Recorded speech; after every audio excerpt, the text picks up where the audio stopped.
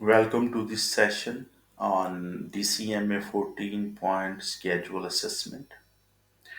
Before we start, I want to remind you about the golden rules of project scheduling video we made earlier.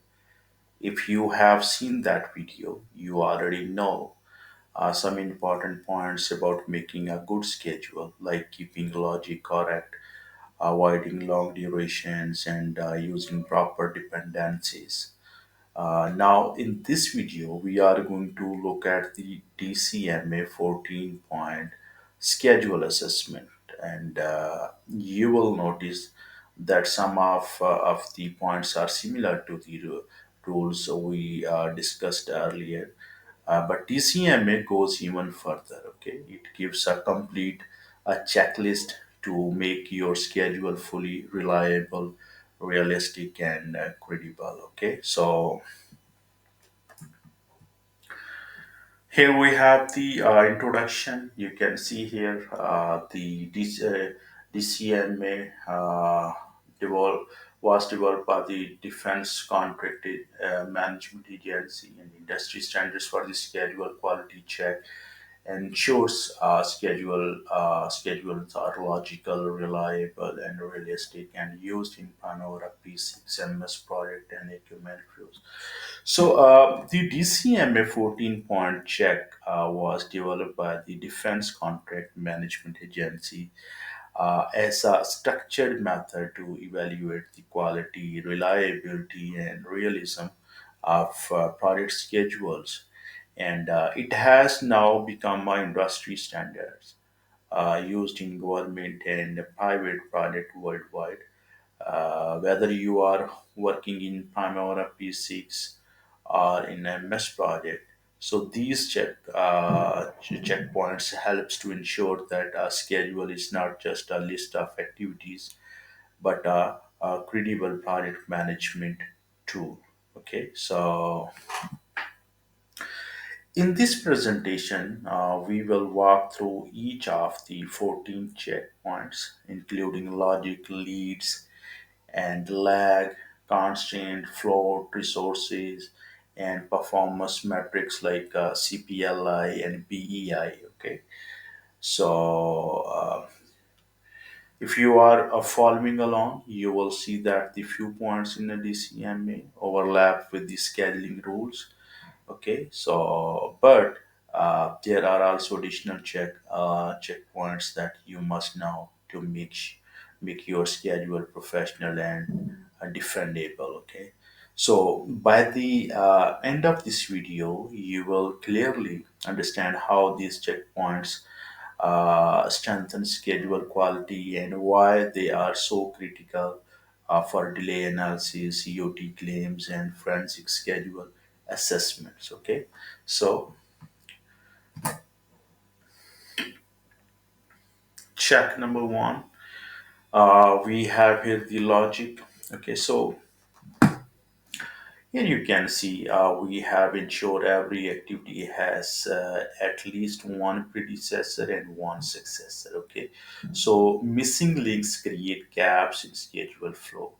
Then threshold, you can see we should not it should not increase more than 5% without logic. Okay, so it's mean that every activity should have the predecessor and successor, but except the start milestone and the finish milestone. Okay, because the start milestone, should not have the predecessor, and the finish milestone definitely cannot have the successor. So we will skip the start milestone, then finish milestones. Okay, so every activity in a project should be connected.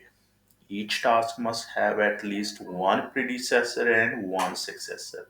If not, so we get gap and broken flows in the schedule. So the DCMS is not more than 5% of activities should be missing logic. So always make sure your tasks are linked properly. Okay. Next, we have check number two. You can see here we have here the leads.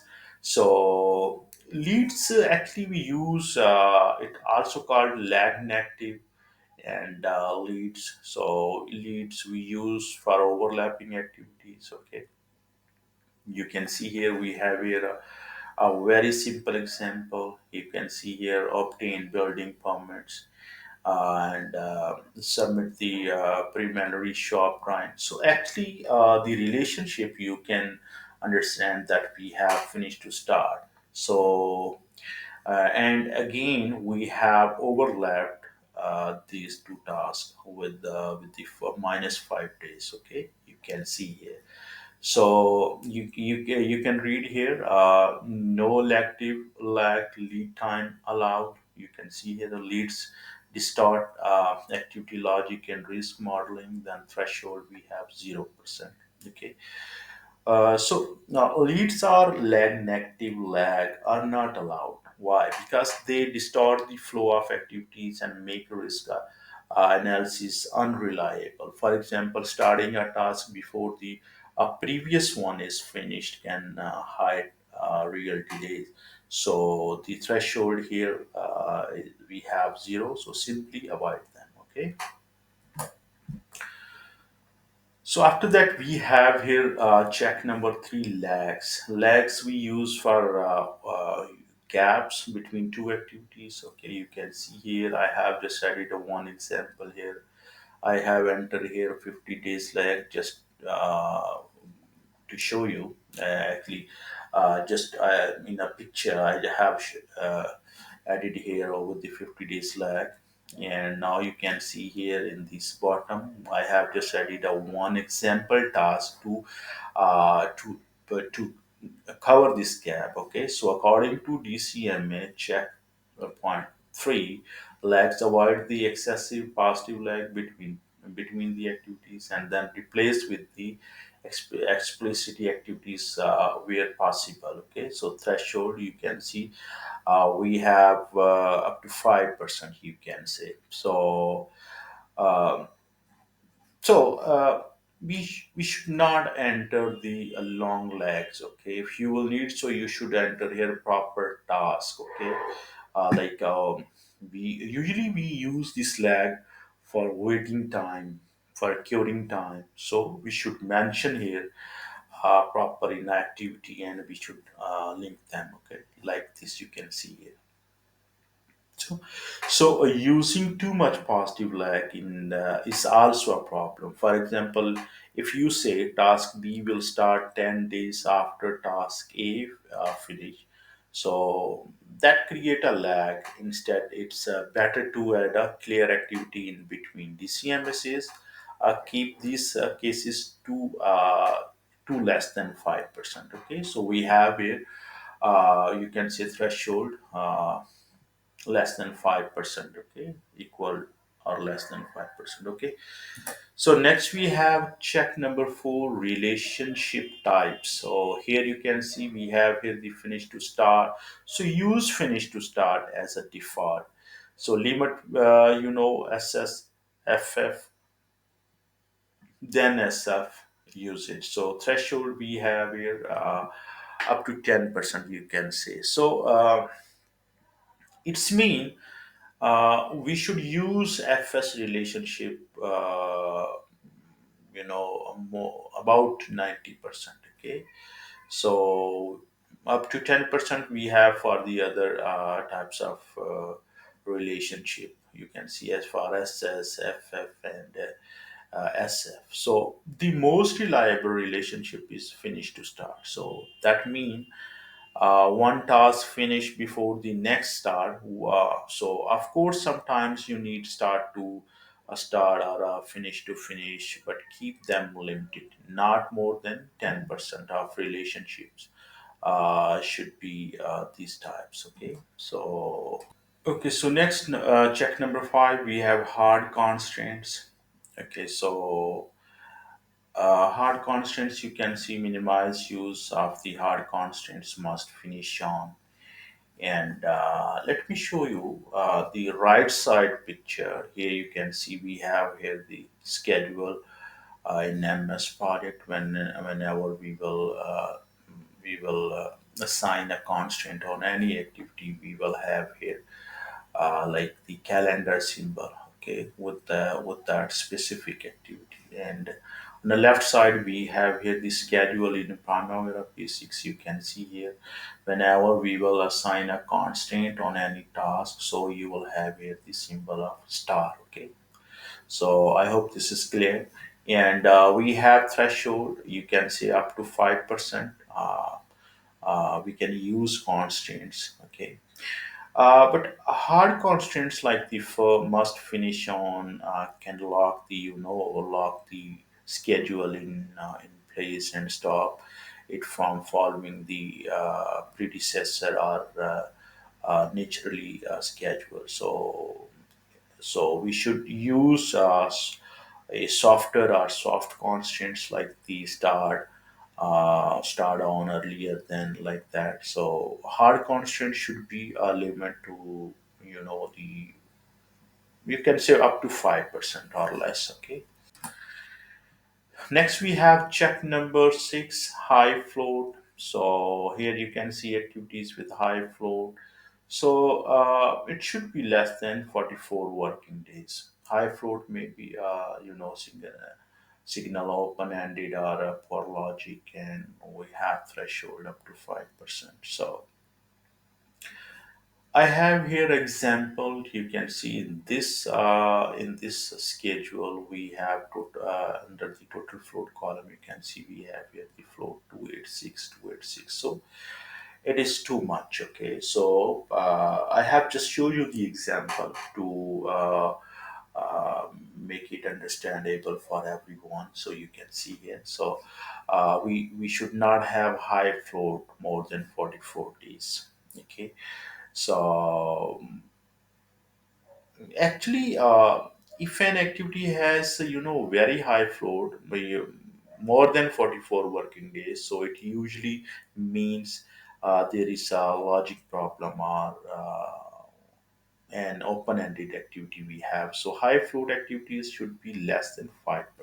Okay, so I have mentioned here the threshold that we should not it should not increase more than 5%. Okay, so I hope this is clear. So after that, we have here the negative float. So I have added here the example, you can say, with the -6 days. So we have here the negative float. So no activity should have negative float. It indicates logic conflicts or missed deadlines. Okay, so threshold we have here 0. So negative float means your schedule is already late compared to deadlines or logic. So it is a red flag. So the threshold is 0. So there should be no negative float. Okay. So this is actually very important point. Okay. All the points are very important. Okay. So after that we have check number 8. So high duration. You can see activities with the duration less than 44 working days, so break them. Activities with the duration, more than 24 working days, so break them into the smaller manageable tasks. So threshold we have up to 5%. Okay, so it's mean that the task which will increase the duration more than 44 days, so we should break into more activities. So I have added here two examples. Activity B, you can see we have 55 days, then activity F have 45 days. So that is the um, that is the problem according to DCMA point. Okay, so if any activity is longer than 44 working days, so it's too big. Break it into smaller, more manageable pieces. So this makes tracking easier. Again, we can say only 5% or less should fall into this category. Okay, so I hope this point is clear. Next, we have check number 9: invalidates, no actuals in the future, no forecast in the past. So we have threshold 0. Okay, So actually, this check is simple. Don't put actuals in the future, and do not put the forecast in the past. So it makes the schedule unrealistic. Threshold we have here is zero. Okay. So after that, we have check number 10. You can see here the resources. Okay. Activities must have proper resources assignment. You can see here I have assigned all the resources on all the tasks. And here you can see I have just highlighted two tasks that we don't have the resources on these activities. Okay, so missing resources you can see will be the unreliable cost or schedule. So it's very important. Okay, so threshold you can see we have up to 5%. So every activity should have the right resources assigned, whether labor, equipment, or cost. If resources are missing, so your cost and schedule plan cannot be trusted. So DCMA allows only 5% or less without resources task. Okay, so I hope this point is also clear. So after that, we have check number 11, missed task. So task in the progress but behind schedule. Too many means the unrealistic plan. So threshold we have up to 5%. So here we have the example here. You can see plumbing installation, electrical, rogging, then steel erection, then concrete slab pouring. So here you can see we have the green is the planned progress and the red is the actual. You can see the green bars plan completion 100%, then red bars actual progress lagging behind. Okay, so missed task you can see. So the task in progress but behind schedule. Okay, actually, these are tasks that are in progress but already behind schedule. So having too many of these means your plan is not realistic. So try to keep them within 5%. Okay, you have threshold 5%. Next, we have check number 12, critical path test. So, actually, this is important. You can see here, ensure CP has no broken or missing logic. So, critical CP is the actually CP means the critical path. Okay, CP must follow the continuously from start to finish, then threshold must pass. Okay, so this is important. You can see here we should have a proper critical path. Here you can see we have, I have just added a very simple example here. The critical path was continue up to here, up to roof slab, but after that you can see we have the non-critical. Again, we have the critical task. So according to DCMA, this is actually, not good for your schedule. Okay, so the schedule must have a valid critical path. So actually, this is not a valid critical path. Okay, so uh, you can say it's mean that it should clearly show which sequence of tasks drives the project completion. So without this, you cannot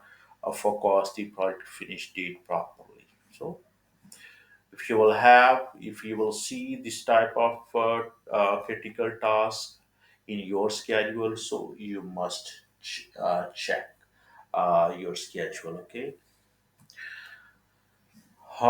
Okay, so in check number 13, CPLI, critical path length index. Okay, so here you can see Myers the realism of the remaining duration. Then formula we have here, remaining duration plus total flow divided by remaining duration. So actually, this is a formula that measures of your remaining schedule is realistic. It's a calculated as remaining duration. Here you can read here remaining duration plus total flow then divided by the remaining duration. So the result must be 1.0 or higher. So anything below means your critical path is too optimistic. Okay. So I hope it is clear.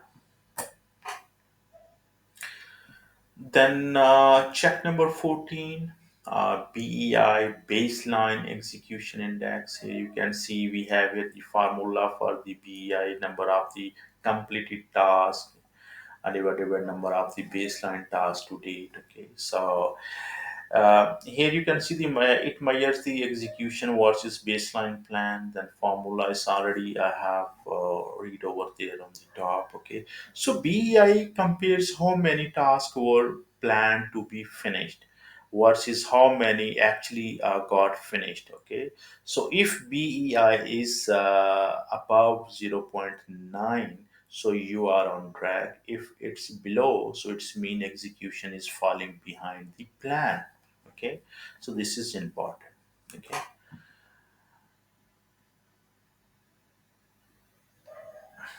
Okay, so here we have the summary of the DCMA check. 14 checks improve schedule quality, credibility, and reliability. So key areas, logics, constraints, float, execution, resources, etc. Widely applied in Primavera P6, MS Project, and Command Force. So essential for delay analysis, AOT, extension of time, claims, and schedule forensics. Okay, so to summarize the DCMA 14 point assessment is like a health check for schedule. It improves the quality, it builds the credibility and ensures that product forecasts are reliable. So these checks focus on logic, constraints, flow, resources, and execution, etc. So they are widely used in Primavera PCs and MS products, and they are essential when preparing for EOT claims or forensic schedule analysis. Okay, so if you apply these checks regularly, you can avoid, the weak schedules and manage your projects with the more confidence. Okay, so and before we close, I knew some of you may prefer reading instead of just watching slides, so that's why I have also prepared the full DCMA points assessment in a PDF file. So let me show you.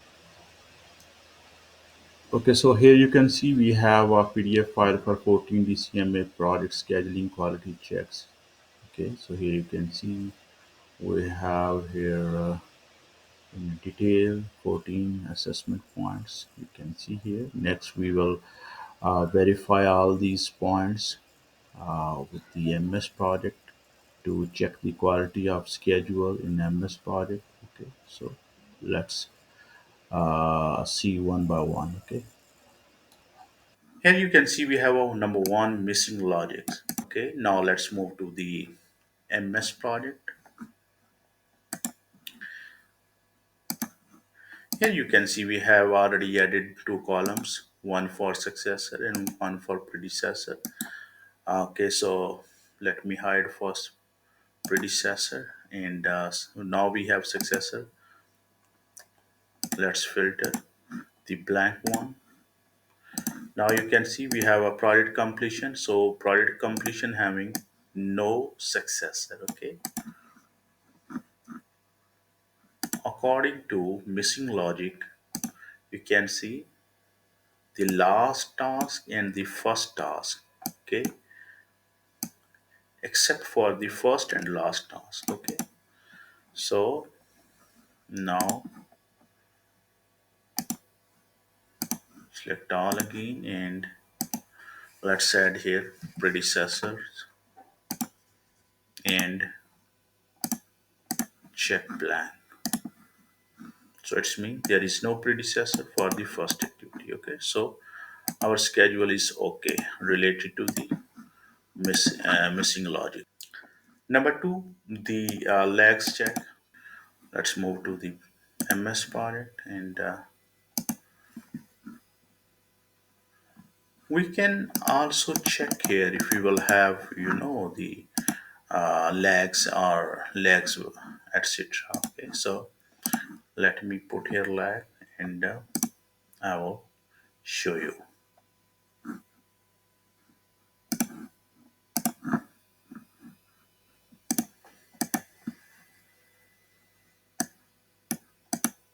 7 days. Click on OK. So now you can see we can sort out. Okay, you can see. So like this, we can sort out if you will have a lag. So there is no lag. Number third, we have leads. Let me show you how we can check. Let's suppose first I need to enter here lead or lag negative, just to show you. Okay,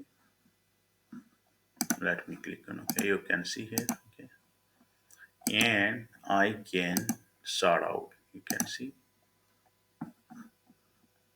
even we can filter out. This is the lead and this is the lag. Okay, so if we will have, so like this, we can filter out.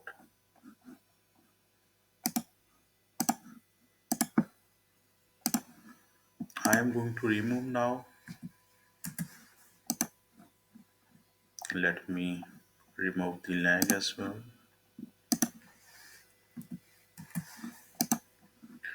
Okay, so now there is no lead and there is no lag. Four relationship types. Okay, so the 90% of all the tasks in a project schedule should have finished to start relationship. So next we have the hard constraint check. Okay, so how we can check the hard constraints? Let me show you. Okay, constraints types you can sort out. Okay, so you can see we have as soon as possible. So okay, so let me show you. If I click on drop down, so you can see we have here the different types of constraints. Okay, so must start on means it's a hard constraint. Okay, so if I choose this one, so we will be able to filter out. Okay, so you can see I have choose a must on.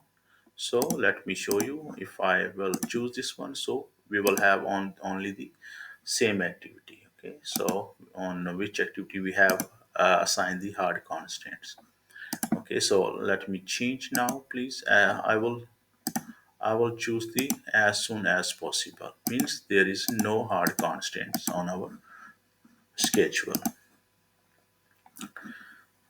After that, the high float check. Okay, so the schedule float is the slack in the project schedule. It presents the total amount of time a task can be delayed without causing a delay to the project finish date. So we can check the slack or a float from, we have here the column with the name of slack. Okay, you can see we can check the slack. Okay, from this from this column. Okay, you can see we don't have here, we have a 2 days, 3 days, 4 days, 9 days, and you can check if your float is high, so you can check. After that, we have a negative float check.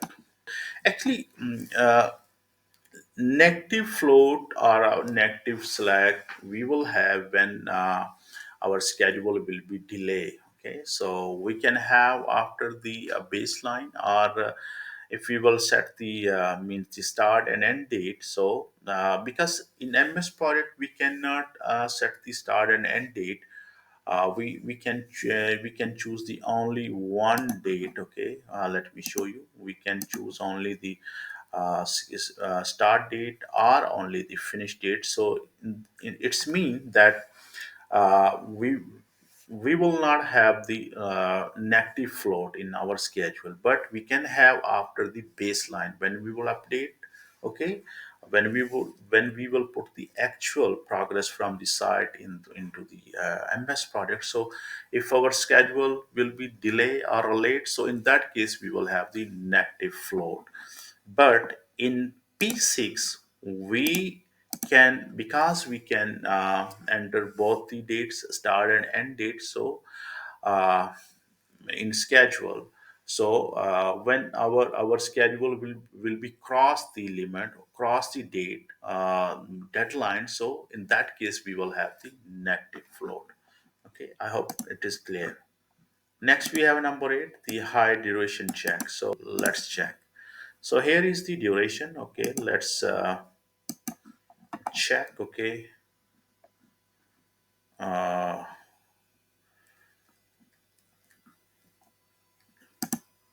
we have 50, 50, 40, 45, then 50, plus 89, 104, 121, and 70. We have the cumulative, you can say the summary task. Okay, so let's check. Okay, yo, we have the ground floor finishing block A having 55, 50 days.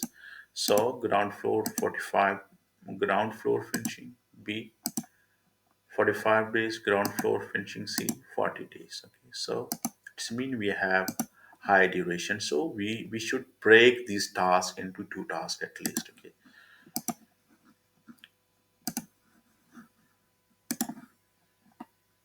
Okay, so number 9, you can see we have an invalid dates check. So actually, the invalid dates check looks for the invalid forecast dates and the actual dates based on the product status date. Okay, so by the way, this will apply after the, when we will set the baseline.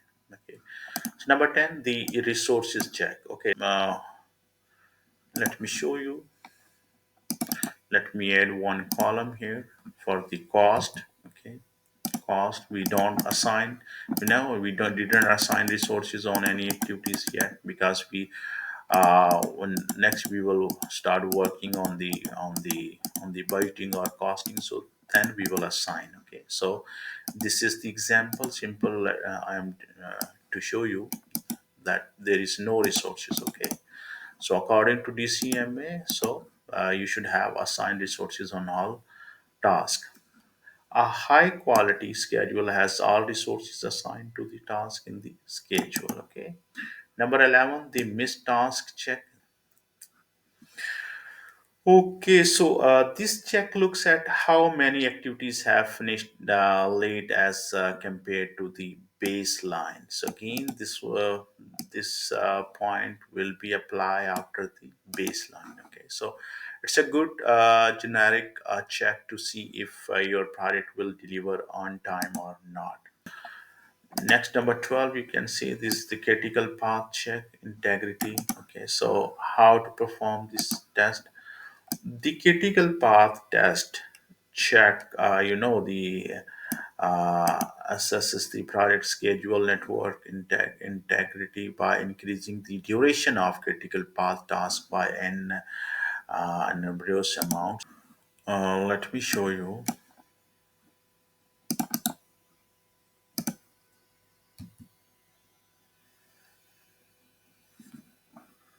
critical, and if I choose yes, filter out, so you can see we have a one path critical. Okay, you can see from, so we have only one critical path. You can see. You can also check your critical path like this. You can add a call with the name of critical, and then you can click on this drop down button and you can sort out. Okay, like this. Number 13, we have critical path length index. Okay, so this index determines if the project finish date is realistic given the forecasted finish date. Okay, so CPLI equal to critical path length, and it's plus minus total flow divided by critical path length. Okay, so here we have the example Okay, so you can see through April the supplier network schedule calculator program critical path lengths of the 720 work days, 3 years, with 60 work days, 3 months of negative flow from the contract award to completion. So you can see here is the calculation. So it means that we have a less than one 0.917. Okay, 720 minus 60 divided by 720. Okay, so 0.917. So it's means less than one. So at present, the supplier's CPLI is less than one, indicates that program will not achieve its baseline completion date without corrective action, and the CPLI should be tracked to gauge the realism of the completing the contract on time. Okay, so the last we have a baseline execution index. So these were the DCMA 14 assessment point. Okay, I hope everything is clear.